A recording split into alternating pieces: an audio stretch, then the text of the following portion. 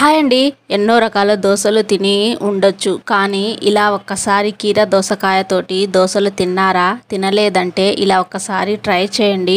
ఇప్పుడు ఎండాకాలం కాబట్టి కీర దోసకాయ వెరైటీ చేసుకొని తిన్నామనుకోండి, మన ఆరోగ్యం బాగుంటుంది, అలాగే శరీరం చల్లబరుస్తుంది. ఇక్కడ నేను 1 కప్పు బియ్యం తీసుకొని మంచిగా నీట్గా కడుక్కున్న తర్వాత కప్పున్నర వాటర్ అనేది వేసేసి, అరకప్పు వచ్చేసి ఉడికించిన అన్నం, పావు స్పూన్ మెంతులు, పచ్చిమిర్చి, అల్లం, కొబ్బరి, అలాగే కొత్తిమీర వేసేసి ఒకసారి ఇలా మిక్స్ చేసుకొని మూత పెట్టేసి ఒక 3 గంటలు నాననివ్వాలి. 3 గంటల తర్వాత చూడండి మంచిగా నానింది కదా.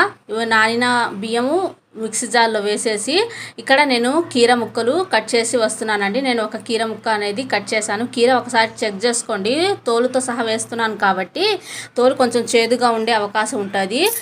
చేదు లేకపోతే అలానే వేసుకోవచ్చు. మెత్తగా రుబ్బుకొని కొంచెం